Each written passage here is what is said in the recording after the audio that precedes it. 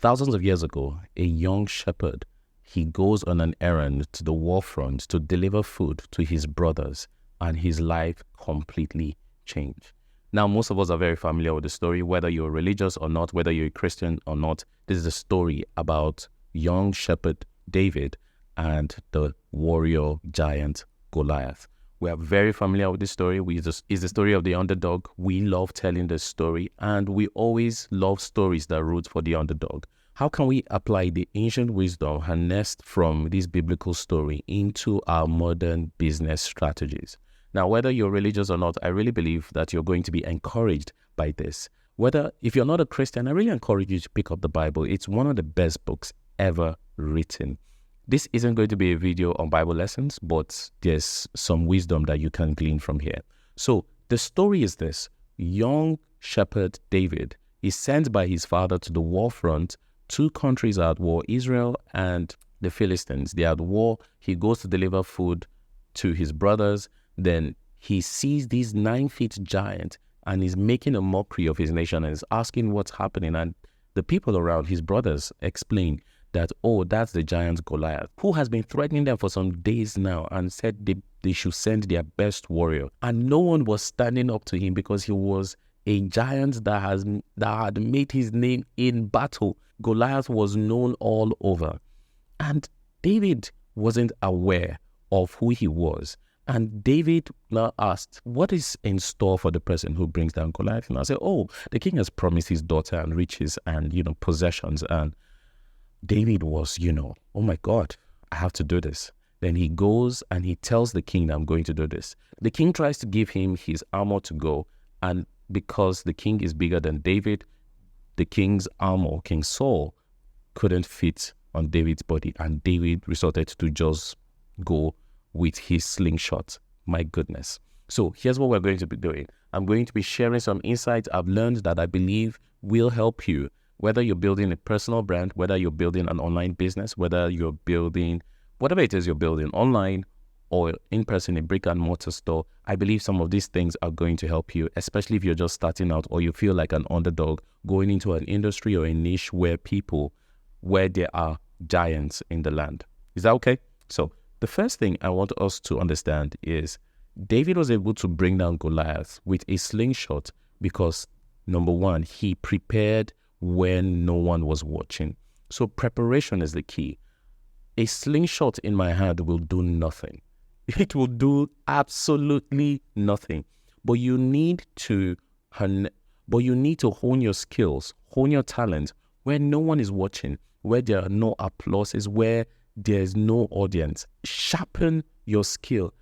Do you know how hard it is to use a slingshot and to aim it at someone's forehead who is 9 feet tall? It's not easy. So David told the king that I've done this several times. I've taken down lions and bears. So preparation, what you've done in the wilderness, what you've done when no one is looking, is going to give you the confidence and encouragement to go into battle to bring down someone bigger. So prepare when no one is watching. Prepare when no one is watching. Train yourself. Read. Refine your craft. Because the next thing that happens is when you prepare, number two, you need to seize the opportunity. Seize the moment. Don't waste opportunities. When David saw Goliath, oh my goodness, he did not hesitate. He was like, what's in store? I'm going to bring this guy down. What is my reward? For him, it was a belief which we will get back to. But he saw this as a rare chance of changing his story. You remember the movie 8 Mile and the song by Eminem? You just have one shot. Some of us, one shot. Don't waste it. And success is preparation and opportunity. Honestly. So for me, I know what I'm doing by creating these YouTube videos. Oh my goodness, 10 years from now, 5 years from now, 10 years from now, my goodness, you guys won't recognize me. I hope you'll be with me on the journey, but I know what I'm doing. Success is preparation plus opportunity. Don't waste your moment. Don't waste your moment. Number 3, perception isn't reality. Perception isn't reality. Yes, Goliath had made his name in war. He seemed unbeatable, but that even though he had all these accomplishments, even though he had all these things, David did not care. And honestly, there's a blessing to not being in the presence of fear, because David wasn't at the war front. He came from home. He had not spent days with his brothers and the other army of Israel to constantly hear that Goliath chant of fear over him. So perception isn't always reality. How many times have we seen rookies come and beat others at the game because everybody kept on saying, no, it couldn't be done, it couldn't be done, it couldn't be done. Your perception isn't reality. Don't get carried away by fear. Also, don't get too excited by a new trend. Don't get carried away by size. Don't get carried away by appearance. Appearance can be deceiving. Beneath the facade, there are a lot of vulnerabilities. Listen, you may be an underdog, you may be a small player, but there's something powerful about that. There's something powerful about that. Because you're small, you are able to see what other people are not seeing. So perception isn't reality. Perception isn't reality. Some people are so big, and that is their weakness. Because Goliath, at 9 feet tall, he definitely had some health challenges. Don't tell me otherwise. Definitely had some health challenges. Number four, use what you know. Use what you have. David tried to wear King Saul's armor, but it wasn't his size. All he knew was the sling. Use what you know, use what you have. And because you've prepared in the wilderness, because you've trained yourself when no one else was looking, you have mastered the art of using a slingshot. You have mastered that tool. Use it to your advantage. Use it to your advantage. Don't get carried away by any shiny new thing. Double down on what you know best. Do what you know best. When I lost my business, I asked myself, what do I know how to do? I know how to tell stories. So I started writing online again. And people started to find me and find my content. And that's what I've been doing. And I've started learning video editing. I've started learning YouTube, all these other things. I am a storyteller. I am a teacher. I'm a writer. That's what I know how to do. I don't know how to code. Maybe if I give myself time to do it, I will learn. But for now, this is what I know how to do. What do you know how to do? What have you mastered? Because someone has made a name for himself or made money from something doesn't mean that's what you have to do as well.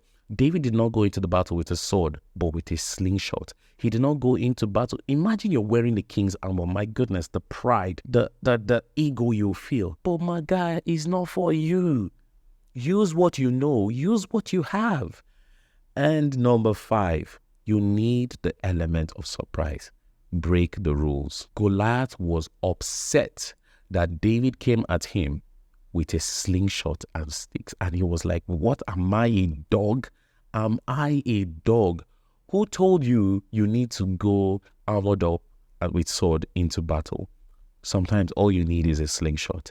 You need the element of surprise. You need to break the rules. Some people have ingrained themselves so much in tradition that they are unable to break out of it and they are unable to find success. So let's say in your business, what are some things that are not necessarily unethical, are not unethical, are not unlawful, but are just tradition? My guy, break the rules. Do you understand? Break the rules. Break the rules.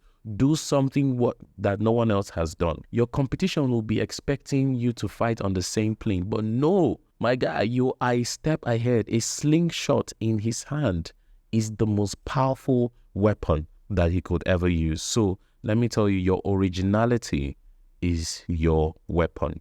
Your originality is your weapon. And number 6, the bigger they are, the harder they fall. One of the blessings of being an underdog or being small is that you're able to notice weaknesses. You're able to notice what the big guys, you understand?